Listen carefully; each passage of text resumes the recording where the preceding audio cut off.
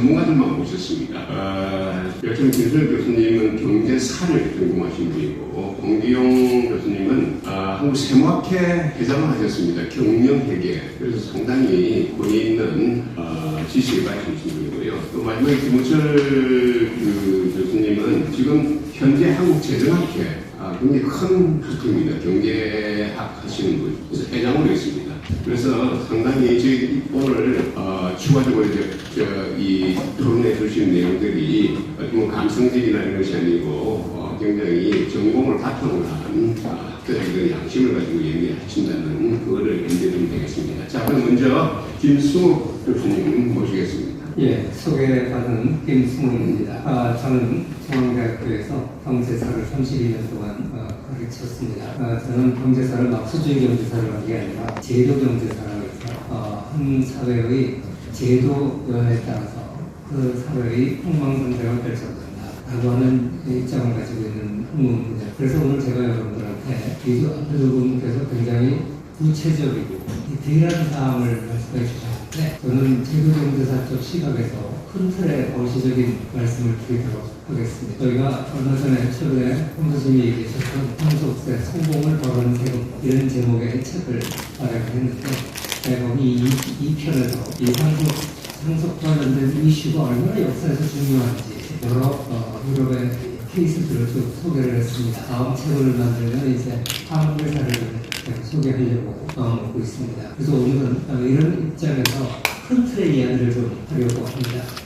제가 오늘 어디서 강의를 했는데 질문이 마지막에 나왔어요. 강의를 들은 분이 교수님 강의를 들어보니까 분명히 좌파 사람들의 생각이 틀린 것 같은데 왜 이렇게 우리나라에는 그렇게 생각하는 사람이 많습니까? 그 사람들이 정말 몰라서 그렇습니까? 도대체 왜 그렇습니까? 그렇게 질문을 하더라고요. 그래서 제가 그날 나름대로 대답을 했습니다만 느끼는 생각이, 아니 우리가 다 알고 있다고 생각했는데 상당히 많은 사람이 기본적인 걸 모르고 있고, 그래서 디테일한 것도 중요하지만 근본적인 원인을 좀 짚어야 되겠다, 이런 생각을 많이 하게 됐습니다. 오늘 제가 말씀드린 내용이 어떻게 생각하면 상식이고 다 알고 있다고 생각할지 모르겠습니다. 그러나 우리가 굉장히 핵심적인 그 근본 원인이기 때문에 그것을 강조할 필요가 있다, 이런 생각에서 전 두 번 발표에 구체적인 디테일한 측면을 지적한 것보다 큰 틀에서 말씀을 드리고자 합니다. 시간이 별로 없으니까 말씀드리면서 중복되는 것을 정리하도록 하겠습니다. 제일 먼저 도대체 저 사람들은 왜 저렇게 생각할까? 저는 마르크스의 망명이, 칼 마르크스의 망명이 아직도 이 세상을 외면하고 있습니다. 구소련 공산당이 망하고 나서 마치 이제 없어졌다고 많은 사람들이 생각하는데요. 칼 마르크스가 얘기했던 핵심 내용은 아직도 상당히 많은 사람들의 배우를 지배하고 있습니다. 황 교수님도 아까 말씀드렸습니다만 가장 핵심적인 건 칼 마르크스가 공산당 선언했던 그 상속권을 폐지시켜야 된다는 겁니다. 우리 잘 알다시피 저거는 특히 공산주의 대선 사유재산 폐지, 그게 핵심입니다. 그 자본주의가 나쁜 가장 큰 이유는 뭐냐면 사유재산 제도 때문에 인간이 왜곡됐다는 거예요. 원래 인간이 참 착한 존재인데 저것 때문에 탐욕의 화신이 됐다는 거예요. 사회주의와 공산주의가 차이가 뭐냐고 했을 때 여러 가지 차이가 있습니다만 근본적인 것은 차이가 없는 게 하나 있는데, 그거는 자본주의에 대한 악마화입니다. 그 자본주의에 대한 악마의 근본은 뭐냐면 사유재산권의 문제인데, 이거를 폐지하는 현실적인 방법이 바로 상속권을 없애준다는 겁니다. 이 생각이 우리 예를 들어 더불어민주당의 많은 분들이 자신은 공산당이 아니라고 할 겁니다. 근데 그분들의 뇌리 깊숙한 곳에는 이 칼 마르크스의 생각이 자리 잡고 있습니다. 그 다음에 또 한 가지는 출발선에서 아주 공정해야죠. 먼저 50m 앞에 가서 출발하면 그 불공정하지 않냐, 이렇게 주장하고 상당히 많은 사람들이 그래 그 말이 맞아, 근데 다른 건 몰라도 그 말은 맞아, 이렇게 생각하는 겁니다. 그런데 얘네들이 똑같은 100m 달리기를 경주하는 겁니다. 안 그렇습니다. 달리는 방향이 다 다릅니다. 360도 원에 서로 다른 방향으로 다 가는 겁니다. 그런데 무조건 기계적으로 우리는 평등해야 돼. 또 우리는 모두 같은 출발선에서 서야 돼. 굉장히 그럴듯해 보이는데 이거 엄청난 맹점입니다. 아니 장미라고 누굽니까 장미란 그러니까 제주도에서 죽은 그 여자 말고요. 옆에서 장미라고 그리고 피겨 스케이트 하는 거 누구죠? 김연아. 둘 다 스케이트 타는 건 같을지 몰라도 게임이 다르잖아요. 하물며 스케이트 선수라는 면에서 같은 사람과 완전히 다른 경쟁이거든요. 그런데 마치 모든 대한민국 국민이 출발 사상이 같아야 된다? 그게 말이 안 되는 겁니다. 내 자식이 뭐 머리는 좋은데 공부 안 해서 공부 못한다고 착각하는 부모들이 많습니다. 다 우리가 태어날 때부터 능력이 다릅니다. 그런데 그냥 이런 근본적인 차이, 이거를 인식을 못하기 때문에 자꾸만 뭐 상속세 없애가지고 출발사상이 똑같아야 되면 맞아. 그럼 그만은 낫잖아? 이렇게 생각하는 이런 것을 우리가 고쳐줘야 된다는 것이죠. 또 한 가지 근본적인 거는요, 결국 정치가들이 이익 먹는 겁니다. 대중적 지지를 결집하기 위해서 제일 좋은 게 뭡니까? 희생양 때리기, 학교에서 왕따 시키듯이 결국 상속세, 식료세율을 높이고 승계를 차단하는 각종 이런 것들은요, 국민들의 그 배아픈 정서를 자극해서 표를 얻으려고 하는 포퓰리즘의 사물입니다. 마치 기업의 경영권 승계를 봉건적 족골 체제로 매도한 거기 때문에 이런 걸 우리가 강조하면서 이런 시대가 아니다, 이 얘기를 해야 된다고 생각합니다. 그래서 저는 이제 근본적인 원인에 대해서 우리가 좀 강조를 많이 했으면 좋겠다 이런 말씀을 드리고요. 그런데 이 작가들의 생각이 왜 경제학적으로 틀렸는가? 이 역사적으로 경제적으로 틀렸다는 게 명백합니다. 뿐만 아니라 경제학적으로도 틀렸습니다. 우리가 부자들이 갖고 있는 주식이라고 하는 자산을 갖다가 현금 자산하고 착각해요. 현금이면 뭐 월 사치도 하고 할 수 있겠죠. 물론 부자들이 현금이 많이 있겠죠. 그런데 부자들이 갖고 있는 특히 그 기업의 주식이라는 것은요, 현금이 아닙니다. 그럼 어떻게 보면 물적, 인적 결합체죠. 생산 설비입니다. 마치 이걸 죽을 때 다 국고에 내놓으라고 하는 거는요. 그 아까 거위 황금알을 낳는 거위 배가르고 그 얘기했는데 생산시설 다 뜯어가지고 공장에 기계를 내다 팔아라. 거위 배가 나가지고 고기로 팔아라. 그 소리하고 똑같습니다. 정말 이 기업을 해체한다는 것은요, 우리가 총 요소 생산성이라는 말 굉장히 중요하게 여깁니다. 자본이 기여하고 노동이 기여하는 거 빼고 나면 나머지는 전부 생산성인데, 그게 바로 이 총요소 생산성인데 이걸 파괴하는 행위입니다. 그 다음에 실질적으로 기업의 경쟁력을 결정하는 노동장비입니다. 노동자 1인당 자본장비율이 몇 %냐, 이게 핵심입니다. 상속세를 많이 내버리면 기업이 해체되고 결국 노동장비율이 떨어지게 됩니다. 그러면 그 부메랑이 바로 노동자들한테 돌아가지 않겠습니까? 그래서 유명한 경제학자들은 상속세가 경제 전체의 자본의 형성을 왜곡하고 성장을 저해한다, 이 얘기를 홍성희 교수님이 하셨는데, 유명 경제학자들이 이구동성으로 하는 소리가 바로 이겁니다. 그래서 우리가 이제 실질적으로 우리나라의 기업이 해체돼서 국부 유출에 대한 비극적 현상에 대해서 여러 가지 사례들을 아까 홍 교수님 잘 얘기했으니까 중복이 되고 넘어가겠습니다. 우리가 이제 흔히 이런 것들이 이제 다는 아니겠습니다. 상당수가 행동주의 펀드나 사모펀드로 넘어가는데, 이 행동주의 펀드나 사모펀드들은요, 전혀 기업의 생산성이 올라가고 뭐 이거 관심 없습니다. 자기네 이익만 보고 나가면 그만. 그 거기다가 소비를 시켜준다는 거지. 나라의 미래를 팔아먹는 거죠. 자, 근데 이제 그 계승하는 것을 또 다른 측면에서 그렇거든요. 인간 본성에 가장 부합하는 겁니다. 이 사실 인간 본성에 부합하는 제도가 살아남습니다. 또 그런 나라가 뭐 기반했다는 것은 여러 역사가들이 증명했습니다. 잘 아는 가장 많이 유명한 아담 스미스가 그런 얘기를 했습니다. 인간사회 번영의 출발점은 바로 인간의 본성과 동기입니다. 아담 스미스가 250년이 지나도 지금까지 인류의 해제되는 이유는 뭡니까? 다들 탐욕은 나쁜 거다, 이렇게 얘기를 기독교 문화권에서 아니다, 인간의 본성을 무시해서 안 된다, 이 얘기를 했기 때문에 그렇습니다. 철학자였기 때문에 아담 스미스는. 그래서 가문을 개성하고 후손에게 자산을 물려주려고 하는 의지는 인위적으로 교정해야 될 악덕이 아니라 인류 문명을 발전시키고 가장 강력한 운동력이라는 사실을 우리가 기억해야 될 것 같습니다. 이런 관점에서 볼 때 사실 우리가 전축을 하는 이유가 뭡니까? 자기 자식에게 하는 겁니다. 이게 없으면요, 자기 죽을 때 되면 다 탕진하고 말지요. 그런데 왜 죽을 때가 얼마 안 남은 사람들이 길을 쓰고 자식한테 데리고 다니면서 교육시켜주고 왜 그래요? 자기는 죽지만 그 기업을 통해서 자기의 정신이 살아남기 때문에 그렇지 않습니다. 하이에크가 얘기했던 암묵적 지식이라는 게 있습니다. 사실 우리 지식의 대부분은 암묵적 지식입니다. 예를 들어서 바이올리니스트한테, 김연아한테 너 피겨스케이트 잘 타는 방법을 책으로 써봐라 그러면 자기가 알고 있는 기술의 몇 %나 기술을 해내겠습니까? 나머지는 다 암묵적 지식, 자기도 모르게 몸을 잊는 거예요. 그런데 사업가가 죽기 전에 자기 자식을 만약에 후계자를 세워서 넘겨준다 그러면 자기가 알고 있는 지식 모르는 게 있는지 몽땅 다 알려주려고 애를 쓸 겁니다. 예를 들어서 자기 친구들, 손님들, 고객들 이렇게 승계시켜 주려고 할 거고 또 자기한테 기술 이전해 준 사람들 다 알려주려고 그렇게 해서 경영승계라는데 결국 이게 글로 표현하기도 어려운 수많은 암묵적 지식을 넘겨주는 거거든요. 그러니까 이걸 이타적인 거예요. 자칫 자기 자식은 자기 분신이라고 생각하기 때문에 세대 간 이타서 이게 굉장히 중요한 거예요. 그럼에도 불구하고 그리고 또 한 가지 우리가 이 자유주의 철학자들은 사유재산권을 강조했는데 이 사유재산권에는 증여하거나 상속할 자유가 포함된 겁니다. 우리가 늘 얘기하죠. 상속세는 이중과세. 살아있을 때 다 세금 냈는데 죽을 때 또 내요. 그게 이중과세라고 하는 거 아닙니까? 그래서 이 이중과세이기 때문에 상속세는 국가적 약탈입니다. 이 두 분하고 제가 같이 이제 국가의 약탈 상속세라는 책을 썼습니다. 이 책이 나오니까 사람들이 너무 세지 않아? 약탈이라니 국가가. 그런데 이 책 나오고 딱 무슨 사태가 벌어졌어요. 김정주 그죠? 김정주 씨가 이제 죽었어요. 그래가지고 국가가 기재부가 제2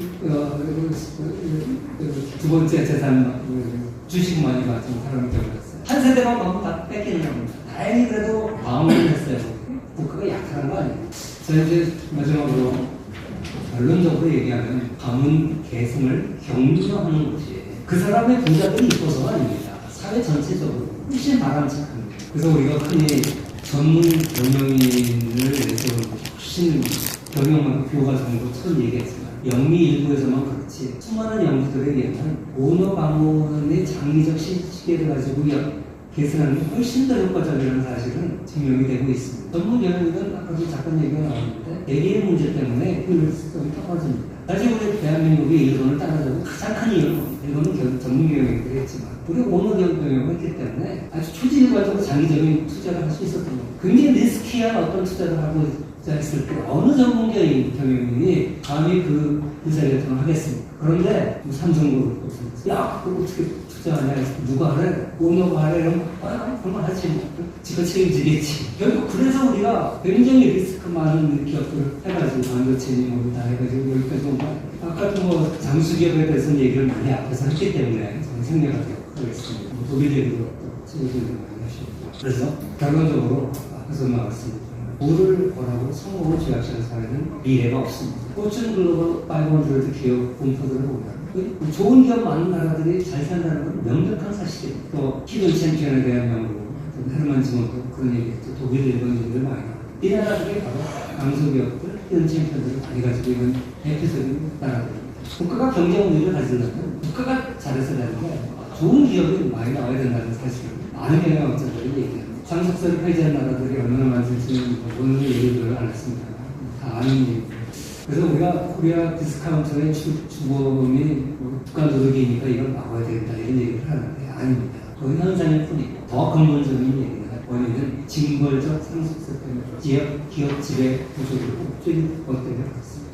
그래서 마지막 결론은 우리가 상속세의 자본이득세 전환을 해야 되고 자세히 이해를 해야 되고 최진성 교수님 말씀한 대로 가족재단을 통한 승계 활성화를 해야 되고 황성현 교수님 강조한 대로 주가 누르기 방지법이라는 반시장적 규제 이익을 처리해야 된다고 생각합니다. 이상 토론 마치겠습니다. 이게 사측인 관점에서 이렇게 또 보니까 상당히 재미있는 해석이 나옵니다. 자, 다음으로는 경영회계 전 한국세무학회 회장을 보겠습니다. 홍경 교수님 모시겠습니다. 수님이 나옵니다만 글자도 작고 내용들은 이 책자에 다 있어서 그거는 그걸 가름한 것으로 하고 거기에 없는 내용을 중심으로 하고 토론은 한 1분 정도, 2분 정도가 설명을 넘어가도록 하겠습니다. 자, 그 앞에 있는 그 참 학교 오른 분들이 하신 거는 정말 저는 동감하고 이러한 내용들의 입장에서 현실 기업들 이런 데서 어떻게 이를 선택을 하고 있고 현실법에서 어떻게 반영하고 있는지 이런 데서 얘기할 것 같습니다. 우리 현대 사회는 기업을 통해서 재창출을 하고 경제를 이제 이루어 왔습니다. 기업이 산출하고 또 전달하고 또 소비하는데 중추적인 역할을 하는데 그 기업의 활동을 장애를 주는 것은 곧 국민의 후생과 국가 경제에 상당히 악영향을 준다는 사실. 이런 측면에서 받아봐야 되는데 요새 이 정치인들은 하나같이 국민 개개인의 인간 본성에 따른 제도, 세금제도 이런 것보다는 자기 자신의 정치적인 정권 창출과 정권 유지를 봅니다. 5년 수도 보지 않고 자기 임기 내만 보고 아니면 공정은 임기를 연장하는 이런 차원에서 받아보니 문제가 됩니다. 그것도 더욱 뭐가 문제냐면 우리가 자본이 국경을 자유롭게 오가는 개방경제 체제를 갖고 있는 나라에서 우리나라만 존재하는 제도를 자꾸 만든다는 것입니다. 오늘 세금이니까 얘기하지만 제가 요새 세금 공부를 계속 해온 마당에서 보면 우리나라가 창조 조세를 하고 있구나. 다른 나라에서 보지 못하는 세금입니다. 예, 제가 뭐 특토를 여기 좀 오시는 분들 중에 어디 가서 토론을 해서 거기 세계실 뭐 다 나오는 상을 했어요. 이 제도가 어느 나라에 있느냐? 있으면 얘기해요. 그런 얘기예요. 지금 제가 말씀드리고자 하는 것은 요번에 세법이 여러 가지 있습니다만 종부세, 양도세도 상부세와 연계된 양축입니다. 이게 다 뭐냐면 세금을 고소득자 또 그 기업의 대주주, 기업의 대주주나 뭐 1주택자의 좀 기껏해 1주택자인데 이 주택자가 뭐 비싸서 뭐 수백억도 아닌 걸 그런 사람들 양축을 옥죄는 조세가 이번 특징입니다. 그래서 제가 이런 말을 가끔 오늘도 얘기를 하고 그랬습니다만 요약해서 용어를 쓴다면 세입자 강제이주법이라는 말을 쓰고요. 고령자 강제이주법, 청년 평생 무주택, 기업 사업 승계 포기법, 기업 누리기, 지금 시업 살리죠? 이걸 기업 누리기 촉진법, 누리기 지금 방지법이라고 하는데, 누리기 촉진법을 만드는, 기업의 창업 단절법을 만드는 이러한 것을 왜 이 시대에 이게 왔느냐는 것을 문제였다 하는 것입니다. 그런데 제가 간단히 두 가지 점만 하고 끝내도록 하겠습니다. 우선 기업 측면과 개인의 주택 측면을 바라보겠습니다. 우선 뭐 오늘 주제가 기업 조금 이따 얘기하고 개인 재산 1주택자도 옥죄고 있는 거죠. 여기 중에서 가장 글로벌 기술과 추세에 벗어나는 건 우선 종부세는 우리나라만 있습니다. 부유세라고 하는데 부유세가 아닙니다. 부유세는 부채를 뺀 순자산에 대해서 세금을 내는 거예요. 순수산. 자산이 제가 이제 제일 부유한 거죠. 부채가 많으면 그런 부유한 거 아니죠. 그러니까 이거는 우리 종합부동산세는 부채가 안 빼죠. 기본적으로 그거는 그래서 부유세가 아닙니다. 그냥 재산세입니다. 재산세인데 그것도 초과누진세를 뚝대요. 초과누진은 보통 소득세에서 소득 제곱의 목적으로 하는 겁니다. 조세에서 공평을 죄송합니다만 11조 같이 세율이 똑같은 거를 여기 공평하라고 하지 않아요. 현대사회의 조세 공평은 세율이 소득이 많은 세율이 아예 소득이 많으면 금액 자체에서 세율이 똑같은 세율은 많겠지만 그거는 안 된다는 거죠. 세율을 높여요. 그런데 이 재산세는 마을의 공통경비를 목적으로 한 거지 소득 재분배를 목적으로 하지 않아서 지금도 오늘 이 시각도 영국에는 누가 내느냐? 세입자가 내요. 물론 세입자가 내라고 돼 있지 않죠. 거기에 사는 사람 내라고 돼 있습니다. 거주자. 그러니까 주인이 살면 주인이 내고 세입자가 살면 세입자가 내라는 거예요. 근데 거기에 무슨 소득과세라는 부자라는 개념이 들어가겠습니까? 부자 때문에 더 내야 할 이유가 크게 없어요. 더 내면 소득세 내면 돼요. 초과누진이고. 근데 우리나라는 재산세, 종합부동산세가 세상 초과누진세예요. 그러면 초과누진세가 어딨냐? OECD 국가 38국 제가 알고 있는 건 싱가포르가 있더라고요. 싱가포르가 한국만 있어요. 어느 나라도 비례세입니다. 똑같은 세율이야. 집이 많으면 더 내긴 하지만 세율이 같으니까. 이런 걸 왜 우리나라를 하냐? 그것보다 더 이번에 악법적인 게 들어간 게 뭐냐면 한도세예요. 양도 차익이 10억만 넘으면 그 이후에는 아무리 나이가 많아도 내가 막 거기서 50년, 60년을 살아도 꽝이야. 물가가 그동안에 얼마나 올랐겠어요? 아니 10억이 되면 어떻게 되는데 저 강남 같은가 1, 2년 만에 10억이 팍 올라갈 때도 있어요. 그럼 그때부터는 그 사람은 2년만 살았는데도 벌써 10억이 돼가지고 나이가 더 돼가지고 우리 뭐 노령자 종합부동산세는 뭐 10년 동안 나이에 따라서 이렇게 빼줘가지고 80% 세금 해주는 정규금. 근데 정액을 탁 막아버려요. 600만, 종부세 600만만 넘으면 안 돼. 그러면은 보통 한 5, 60억 되는 요새 종부세는 집이 한 1억에 가까이 낼 겁니다. 저기 아니면 공제 안 받으면. 그리고 그런 사람한테는 600만 원 넘으면 나머지 다 생깁니다. 지금은 얼마냐? 10년만 살면 얘네한테 80% 빼주니까 오래 살 수가 있는 거예요. 건강하게 나이가 들수록 이게 됩니다. 그걸 싹 어느 나라에 그런 게 있습니까? 이게 왜 좋느냐? 장기보유 특별공제라는 거는 우리가 물가 상승이나 여러 가지 결집 효과들이 둔 건데, 그래서 미국과 일본만 해도 세율이요 37% 40%인데 양도소득세는 세율이 20%예요. 미국은 5% 더 낮은 집도 있어요. 그러니까 최고 20%예요. 왜 그렇게 낮게 해줘요? 누적됐기 때문에 오랫동안 갖고 있었기 때문에 물가도 올랐고, 이런 거는 물가 상승 이런 거는 명목소득을 과세한 상태 때문에 하는 거거든요. 근데 우리는 세율을 그대로 내두고 뭘 해줬냐? 장기보유 특별공제라는 걸 해준 거야. 근데 그걸 뚝딱 인정 안 해주게 되면 어떻게 됩니까? 있을 수 없어요. 그런 건 요새 원칙도 안 맞고, 글로벌 기준과 추세도 안 맞고, 저는 그리고 헌법에도 안 맞다고 봅니다. 2008년 헌법 결정사항을 보면서는 그렇게 보겠습니다. 근데 헌재가 적반하장도 괜찮아, 종부세도 괜찮아, 헌법이 이게 아니야. 근데 왜 그러냐? 공익이 삶보다 우선이야. 얘기하면서 안 해. 의견이 안 들어가는데, 그럼 어디까지가 공익이냐? 저는 기준으로 뭘 잡느냐? 글로벌 기준과 추세를 벗어나지 말아야 현대사회에 맞는 공익성이 아니냐? 근데 왜 다 이쪽으로만 만들어 놓고 있느냐? 그리고 한국제명을 만들어가지고 노인분들이 한 50, 60대인데 우리나라 평균 남자 나이가 82세인데 70대 되면 10년 있으면 돌아가셔. 절반이 돌아가셔. 80살까지의 평균으로. 그 70대 신분한테 갑자기 몇천만 내라. 아무것도 없는데. 그럼 누구한테 내라고 그래? 자식한테 내라고 그래? 그 자식들이 입이 나와. 그러니까 2020년에 압구정동의 제3투표소에서 윤석열과 이재명이 싸웠는데, 지금 표현하겠습니다. 90.92%가 윤석열에 가서 언제냐? 문재인 정부 그 다음이잖아. 막 깼을 때 얼마냐면 100만 명이 넘습니다. 종부세 대상은. 그게 90%가 넘는 거야. 거기에 전라도 사람과 경상도가 다 같이 살았겠지. 거기에 무슨 그리고요, 그때 광주광역시, 전 놀러만 몇 번 가봤는데, 광주광역 놀러간 건 아니고 1개월 갔었는데, 한두번 갔었는데, 거기에 윤석열과 이재명 했는데, 거기에 무려 저는 거기 10%도 안 나오지 않았어요. 이쪽에 상대방 반응 38.71%가.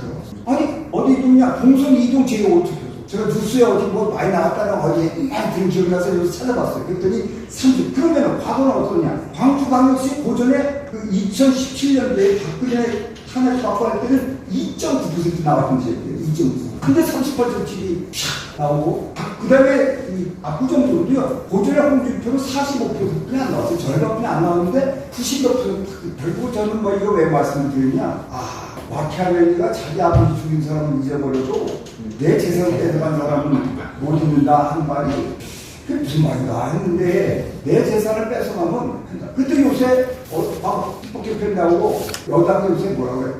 선거에 진짜 크게 납니다. 크게 납니다. 지금 대통령이 실거주가 더 중요하지 않아? 이렇게까지 말씀해가지고 지금 실거주가 나왔는데, 실거주와 거주를 지금 싹 없애는 건 없습니까? 이렇게 말하는 사람부터 지금 어제 누구 또 부총리하고 누가 만났던 그 대표적인 사람이 또 원해된다 이렇게까지 나오는 거는, 이게 이렇게 해가지고는 이게 국민의 후생과 국가 경제가 아니라 정권 차원에서 자기들이 유리한가, 이런 면들이 가장 있지 않냐 그렇게 됩니다. 우선 소리만 하고, 그 다음에 이제 끝으로 기업이 주가 누익이라는 게 뭡니까? 분자가 주가예요. 분모는 회계학자가 제가 잘 압니다. 회계학자 보면. 회계학을 계산한 순자산입니다. 회계학 순자산이 뭐예요? 대차대조표, 재무상태표에 자산에서 부채 뺀 거예요. 그러면 순자산이에요, 이게. 부채가 늘면 어떻게 되죠? 순자산이 줄어들어요. 예? 아니, 그러면은 얘가 적용을 받고 안 받고 하는 것은 누가 이 경영자에게서 부채 경영을 할 수밖에 많이 없는 사람은 순자산이 적어가지고 PBR이 높아져요. 그렇지 않겠어요? 그러면 이자가 많아져. 그럼 단기순이익이 적어져. 그럼 순자산의 단기순이익이 인용이 작아져. 그 다음에 뭐냐? 자산에서 정액법, 정률법, 강사상에 있어요. 정률법을 하느냐 하면 빨리 비용을 많이 달고 들고 달고. 선서주고 후입서주고 같은 편기법에 따라 정책을 마음대로 선택할 수 있거든요. 이렇게 해가지고 막 조정할 수 있는 이런 제도를 뭘 기준이라고 삼고 찾고 앉아가지고 그거가 뭐 PBR 논의 남해가지고 그걸 삼아서 산업평균의 15% 20% 이렇게 하고 있느냐 이겁니다. 그 다음에 상속세는 어느 산업을 이 사람만 중에 이 사람과 저 사람에 따라 그 당시에 쇠퇴라는 산업, 잘 자라는 산업에 따라 전부 그 달라지는 주가가 달라지는 것인데 이런 것들이 50년 해오다가 애국자인데 평상시에 애국자가 경영자가 애국자고 근시는 군인이라고 저는 경영학과 애들 1학년 들어오자마자 맨날 니들은 애국자다, 경영자다. 세상에게 돈 버는 방법이 뭐냐? 맨날 물어보면 저도 그래요. 남에게 행복을 주는 거다. 그 다음 나도 행복한 거다. 행복을 주는 평생에 행복을 줄 수 있는 가장 강력한 기구는 기업이고 거기를 운영하는 경영자가 애국자인데 이런 사람을 옥죄해서 어떻게 이 나라가 되겠습니까? 그런 사람들을 동의하면서 한 사람에 대해서 상속세를 이어서 값송송해야 되지 않느냐 이런 면에서 봤어요. 저는 아까 이 내용들은 이걸로 가름하고요. 결국 저는 기업과 지금 기업의 이런 주가 누리기 상속세는 30년이 돼도 계속 내리고 그저 건물주보다 경력 사업을 한 사람에게 탈증을 해가지고 페널티를 주는 그런 상속세 이런 제를 그대로 유지하고 아무것도 이번에 건지지도 않았다는 것. 그 다음에 일주택자에게도 한도를 줘가지고 완전히 재산 박탈 수준으로 가고 있는데 이게 요거는 오늘 잘 안 나더라고요. 이거 프로젝트 안 된다고 생각하는지 이런 제도를 가는 것은 아까 우리 앞에 교수님들이 말씀한 것처럼 뭔가 이 공익이나 이런 것들에 너무 사회주의적으로 가는 그런 볼 수밖에 없는 이런 가까이 오지 않냐 이렇게 보였다는 면에서 보면 우리나라의 앞날에 기업과 국가도 이제 부진 후생에 순간에 자유로움이 될 수 있게 많은 생각을 가지면서 여기서 뵙도록 하겠습니다. 경영 세무회계 전공하신 홍기용 교수님의 연구였습니다. 자, 그럼 마지막으로 경제학을 하시는 분입니다. 지금 현재 한국재정학회 회장이십니다. 김은철 교수님 모시겠습니다. 예, 두 분 발표 잘 들었고요.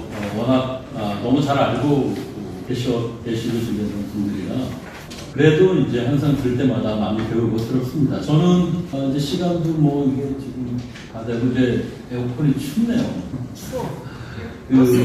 실제로 이 방이 썰렁합니다. 관객들도 없는 이제 토론회인데 제가 외람되지만 왜 의원들은 다 갔고 그나마 좀 듣던 분들은 왜 다 갔을까? 상속세 얘기가 너무 많이 이제 들었어요. 상속세 문제가 있다는 말을 모르지 않아요. 물론 디테일까지는 이분들이 다 모르지만 지금 오늘 책 주로 같이 쓰셨던 공제자분들을 제가 알고 지낸 것만 이제 꽤 오랜 시간인데요. 한 20년 다 돼갔는데 그 사이에 정말 많이 이런 언론이나 국회 통해서 상속세에 갖고 있는 문제는 사실은 충분히 전달이 됐다고 저는 보고 있습니다.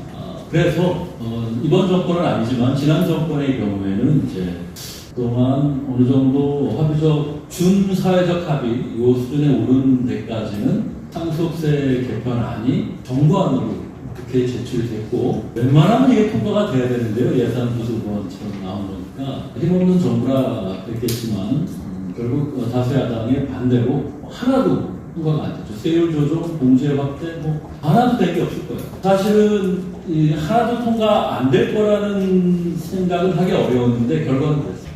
이런 대한산이나 정경련, 그러니까 한경협 교실은 또 중소기업연합회, 중견기업연합회 깜짝 놀랐을 거예요. 어떻게 단 하나도 통과가 안 될까? 그 분위기가 물이 익었었거든요. 그죠? 그리고 이제 정권은 바뀌었고 세법 개정안에서 다시 또 상속세가 거론됐고 오늘 또 본격적인 토론회가 다시 이제 이분들이 다시 운동화 끈을 매는구나. 다시 또 처음으로 돌아간 거예요. 다시 또 상속세 문제를 얘기해야 되고 대안을 제시하고 그러는데 자, 그러면 또 정권이 바뀌어서 다시 이 세율을 낮추고 공제를 확대하는 그 법안이 국회에 발의돼서 통과할까요? 지난번에는 정말 왜 통과 안 됐을까요? 국회의원 숫자가 부족했으니까, 물론. 자, 저는, 이 문제에 대해서 우리가 좀 부족한 점이 있었다라고 생각합니다. 제가 얘기하려는 부분은 상속세 문제는 다 지적을 해주셨고, 어떤 대안들이 있는지도 다 얘기하셨어요. 저는 그 이후에, 이제 재작년에 상속세 파동 이후에 관점을 좀 달리하기로 했습니다. 운동화는 똑같은 운동화끈은 다시 내지는 않는다. 그러니까 새 운동화를 준비해야겠다는 이제 생각을 했고, 왜 이렇게 접근을 잘 해야 하려고 이제 저도 나름 노력을 했냐면, 지금 국민투표를 한다고 생각합시다. 핸드폰으로 그냥 간편하게 국민의 거의 80% 이상이 참여하는 상속세가 어떻게 할까요? 해서 1, 2, 3, 4 준다고 치자. 아니면 A, B로 준다고 치자. 과연 국민들은 상속세를 없애거나 크게 낮추는 쪽에 도장을 찍을 것 같습니다. 자, 그럼 그 이유는 뭐죠? 무지해서다. 국민이 잘 몰라서다. 경제적 폐해가 얼마나 크고 이게 또 얼마나 합리적이지 못한지, 자본주의 사회에 얼마나 이게 마땅치 않은 건지를 몰라서일 것이다. 내지는 어떤 이념에 의해서 가스라이팅 됐기 때문이다. 라든가 아니면 소수의 사회에 대한 불만 이런 것이 너무 이제 지나쳐서일 것이다. 분명히 그런 면도 있다고는 봐요. 그러나 너무 오랫동안 이게 고쳐지지 않고 있다면 거기에는 이제 그 나름의 논리가 되는 겁니다. 사회는 그런 거예요. 특히 세금의 논리는 어떤 성험적인 절대 진리가 있다. 그렇게만 봐서는 안 된다. 이게 비록 자본주의의 합리성을 띠고 있다 하더라도 대중이 다수가 그걸 거부하면 그걸 한 번 거부한 게 아니라 수십 년 동안 거부해오고 또 계속 나아져야 되는데도 그걸 거부하고 있다면 우리가 조금 더 변할 필요가 있다고 저는 생각을 해요. 상속세는 아주 보통의 국민의 눈으로 볼 필요가 있어요. 이런 어렵고 강의와 가르침도 중요하지만 그것이 충분히 이제 된 상황에서 아직 솔루션이 안 나왔다면 보통의 국민의 시각으로 봐야 될 필요가 있고, 그분들은 자, 인간이 엄청난 노력을 해서 정말 가난한 집에 태어나서 엄청난 노력을 해서 자수성가해가지고 수십조의 돈을 이제 자산을 이루고 죽는 상황이다. 이 사람이 이 자산을 어떻게 처분하는 게 좋을까요? 라고 그렇게 물으면 지금의 적어도 우리 대한민국 국민들은 일정 부분의 사회 파는 국가에만 뺏기고 이런 거를 적극 지지하고 이렇게는 저는 안 가고 믿고 싶어요. 하지만 그냥 상식적인 의미에서 상당 부분을 사회에 환원하는 게 아름답지 않아? 노블리스 오블리제라는 말을 쓰지 않는다 하더라도 그런 의식이 분명히 있어요. 근데 그게 자본주의를 죽이려는 막스주의나 이런 손을 안 탄다 하더라도 그냥 국민들 단순한 생각이 그런 면이 넓게 있고 지금의 상속세에 그래서 쉽게 폐지를 허락하지 않는 완고한 정서로 이제 자리잡는 곳도 있다는 거죠. 근데 저는 상속세를 그저 폐지하고 자본이득 과세로 전환하고 세율을 50%를 1, 20%로 낮추고 공제를 키우고 그런 식으로 접근을 하면 단순 세부담 인하, 완화 논리로만 갔을 때 이게 튕겨나온다는 거예요. 이거는 그러지 않아도 강자인데, 경제적 강자인데 이 사람들을 봐주자는 건가? 죽어서 이제 다 먹고 가는 그 마당에서도 우리가 환원을 좀 해야 그래서 문화 가져야 되는데 안 된다는 건가? 이제 이렇게 나오면 어려워져요. 민주당이 반대를 했는데 거기에는 여러 가지 이유가 있어요. 하지만 자신들의 전통적 지지자들이 이 라인만큼은 절대 밀리면 안 된다는 거에 제가 알기로는 상속세가 들어가 있어요. 모든 공적 토론회에서 반대 토론을 하는 사람들을 만나서 설득하려고 할 때 절대 너무너무 완강한 벽을 느끼면서 한편으로 화도 나지만 이게 보통 어려운 일이 아니구나. 이 상속세 개편을 이룬다는 건 정말 보통 어려운 게 아니구나. 박사를 받은 사람이고 비록 진보 진영의 연구자였지만 그 상속세 토론을 하는 날은 하여튼 상당히 힘듭니다. 그래서 저는 대안을 제시할 필요가 있고 현실적인 대안을 제시할 필요가 있는데 그거는 단순히 현재의 틀 하에서의 실효세율의 인하 이거로만 접근을 하면 그 사람들 설득이 안 되니 제가 생각하는 방식은 지금 상속세의 문제를 해결하면서 동시에 이분들이 믿고 있는 상속세의 형평화 기능을 조금이라도 키워주는 방향으로 가야 되고 그러기 위해서는 상속세 세수의 징대가 수반될 필요가 있다고 이제 생각하게 됐습니다. 쉽게 얘기하면 상속세를 합리화하는데 세부담을 합리화하는데 세수는 늘어나서 그 세수를 갖고 저소득층의 교육 투자라든지 고령층의 극빈 노인들에 대한 돌봄이라든지 이제 이런 어떤 사회의 순기능으로 쓰는 그런 것들을 강화시켜주는 필요가 있겠다고 생각을 했어요. 그러니까 어려워진 겁니다. 세제를 합리화한다는 건 너무 높은 현재의 세부담을 낮춰야 되는데 세수를 늘리게 한다는 건 이제 불가능해야 하는데 한 가지 이제 우리가 여기서 알아야 될 게 현재 한국의 상속세는 다른 나라보다 훨씬 많이 걷고 있어요. GDP 대비 비율은. 세율이 워낙 높고 이렇게 꽉꽉 틀어막고 있었죠. 그러나 그럼에도 불구하고 한국이든 다른 모든 OECD 국가든 공통점이 있어요. 우리들이 생각했던 거에 비하면 이 높은 세율에도 불구하고 독일도 40% 높습니다. 프랑스도 높아요. 독일 30%, 프랑스 40% 높아요. 그런데 우리도 50% 높죠. 30, 40, 50%인데도 테스트는 얼마 안 된다. 절대적으로 작은 액수입니다. 사실 많은 액수는 아니에요.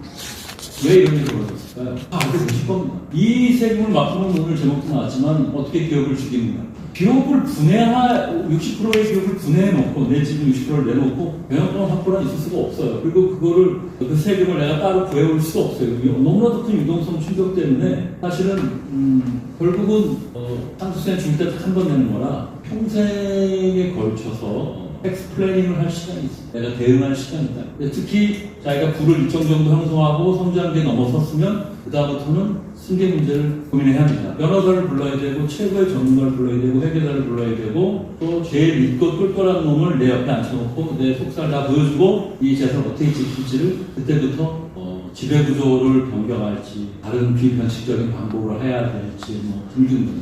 이 조세 회피라고 제가 얘기는 안 하겠지만 상당한 정도의 대응을 하지 않으면 개혁을 시킬 수가 없거든요. 그리고 그 결과가 이렇게 반영이 되는 거다 이렇게 저는 보고 있고, 그래서 이재용 회장이 내부 지분은 상당히 높지만 그분의 이름으로 된 건 얼마 없어요.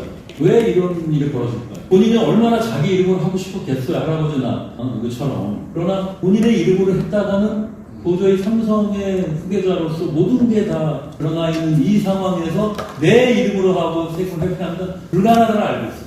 그러니까 결국 아버지 이건희 회장 때부터 아마 지금의 지배구조는 적절하게 그렇게 분산을 했을 겁니다. 그래서 본인이 지배를 하지만 이름은 내 이름이 아닌 거죠. 그러니까 일종의 가족, 아까 재단 얘기했지 않았습니까? 비슷한 거예요. 근데 그 사람들은 가족 재단을 기업 안에 둔 거예요. 기업 안에 둔 거예요. 그 가족 재단도 아니죠. 그거는 뭐 우리가 말하는 투명한 운영이라든가 이런 거 하나도 안 하는, 어떻게 보면 가장 원칙적인 한국적인, 그러니까 이게 군주통일하고 억지로 발견해내는 건데, 문제는 이렇게 고도화된 식의 체제를 중견 기업이 어떻게 따라가겠어요? 어때요? 중소기업이 어떻게 불가능합니다. 웬만한 대기업도 그런 걸 흉내낼 수가 없어. 내 건 내래, 내가 감당할 부분만 내고 나머지는 기업을 지키는 방법을, 그리고 법에 저촉되지 않는 방법이 그 찾는 게 쉽겠습니까? 그건 1, 2년에 나온 게 아니에요. 자, 이런 식으로 어마어마한 세금을 회피하기 위한 노력이 들어가고, 그리고 조세 회피하기 경제는 규정하지만, 그로 인해서 형평성과 효율성 모두 깨집니다. 특이하게도 이 상속세 분야는 조세 회피라는 이 강력한 요인과 현재 사후에 일시과세하는 전통적인 상속세 과세 방법으로 인해서 세수도 못 걷어서 형평성은 어그러지고, 그 다음에 온갖 그 기업 경영 불안정성 내지는 이제 이런 조세 회피 노력을 통해서 효율성, 제대로 투자하고 더 성장해야 되는 노력을 방해하거나 포기하거나 여하튼 그런 영향을 미침으로 인해서 효율성도 저하되는 거죠. 자, 그런데 상속세 분야의 효율성은 조금 미묘한 게 있는데, 이건 뭐 그냥 저희 공부하는 사람들이나 중요한 거에 넘어가기로 하고요. 그래서 효율성과 형평성의 개선이 오히려 너무 훼손이 돼 있어서 둘 다 끄집어 올리는 게 어느 정도 가능해요. 단 세부담을 낮추되 조세를 줄이면 세수도 늘어나고 효율성 개선도 되면서 형평성도 효율성도 던질 수 있지 않을까. 그리고 그 방법이 뭔가 하나로 제가 제시한 건 지금의 죽고 난 다음에 한 번에 과세한 이 과세 방식을 보시지 않으면 아까 제가 드렸던 수수께끼는 풀리지가 않거든요. 그래서 제가 선납 제도라는 걸 제시하는데요.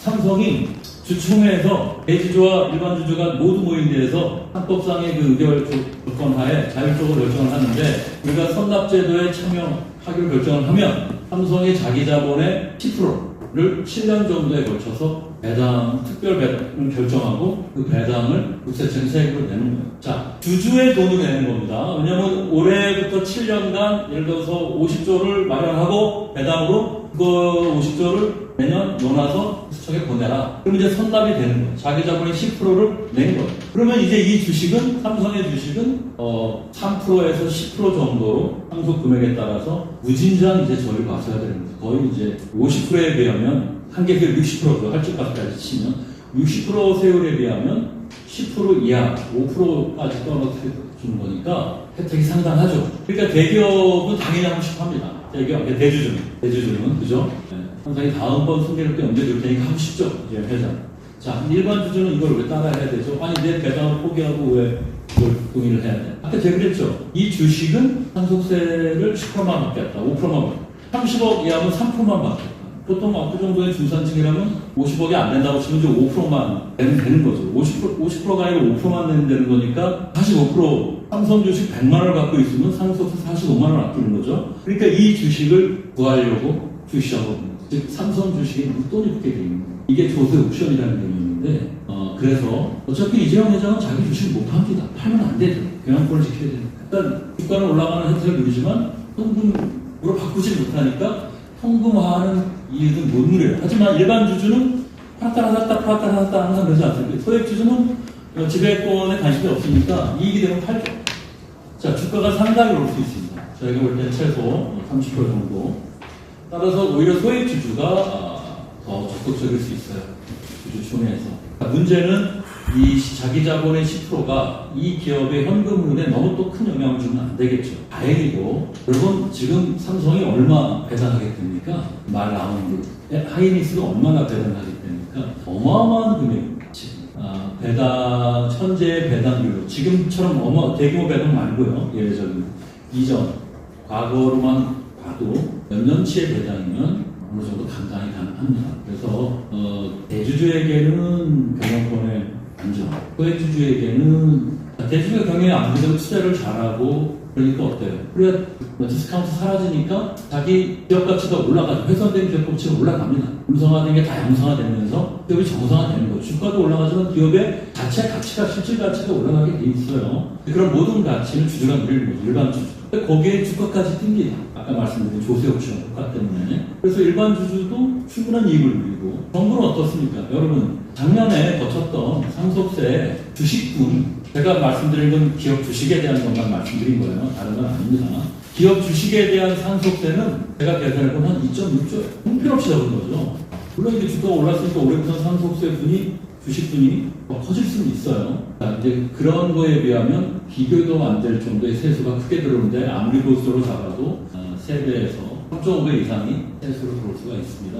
그래서 저는 조금 새로운 접근을 해서 이렇게 기업에 대해서 그냥 일반적으로 그러니까 재벌이든 어떤 부자들에 대해서 일반적으로 세금을 깎아주겠다고 하면 우리나라에서는 현재까지 본 경험으로는 쉽지가 않고 오히려 역공을 하는 이런 좋은 많은 주장과 이론과 이런 것들이 공부한 내용들이 정치적인 편향된 언어로 바뀌면서 완전히 이 이전 투구식 진영 논리가 되기 때문에 저는 조금 더 우리가 실용적인 접근을 하면 어떨까 이런 생각에서 새로운 제안을 말씀드렸고요.